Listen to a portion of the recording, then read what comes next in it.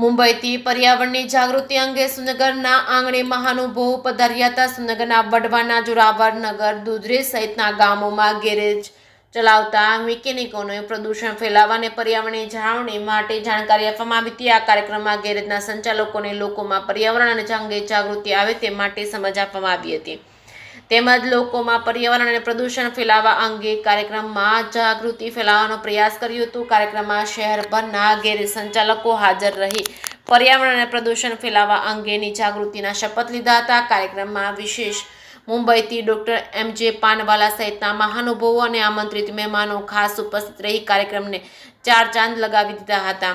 જે ગુજરાતી સાથે મહેશ ઉતરિયા, સુરેન્દ્રનગર।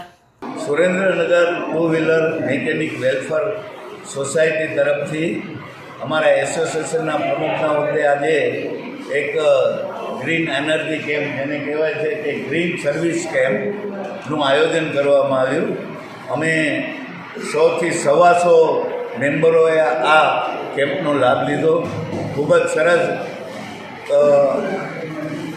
પટવા સાહેબ, પાટણવાલા સાહેબ, આનાથી લાભ શું થશે? હા, આ જે લાભ રહ્યો આનાથી એન્વાયરમેન્ટ, જેને કંઈ પ્રદૂષણ મુક્ત વાતાવરણ થાય, એમાં અમારા મિકેનિક ભાઈઓનો શું સહયોગ છે એ વિશે પાટણવાલા સાહેબે બહુ સરસ રીતે સમજાવ્યું કે એક મિકેનિક પ્રદૂષણ ઘટાડવામાં એનો કેવો રોલ હોઈ શકે છે।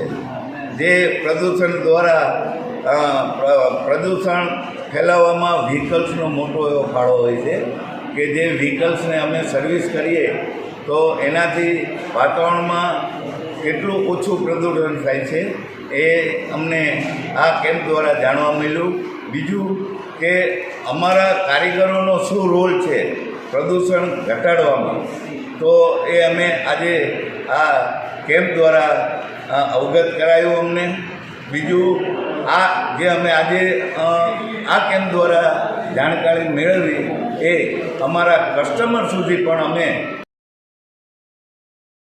नमस्कार, मारा नाम डॉक्टर पाटणवाला है। मुंबई से आया छूँ मैं।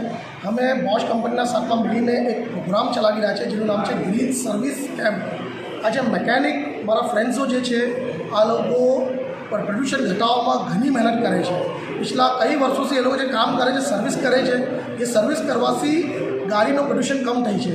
તો અમે આ મેસેજ લઈને પૂરા ભારતભર में घूमी रहा है, अलग अलग शहरों में जाइए छे, वहाँ मैकेनिक ने इकट्ठा करिए छे અને वहाँ आ प्रोग्राम लईने मैकेनिक ने अवेर करिए छे। मैकेनिक थ्रू जितना भी कस्टमरों है અને જે લોકોમાં રહેતો હોય સમાજમાં આ મેસેજને ક્લિયર કરી રહ્યા છે કે વૃક્ષરોપણ, बिजली बचावવું, એમના સાથે ગાડીની સમય પર સર્વિસ કરાવવું બી ઘણું જરૂરી છે।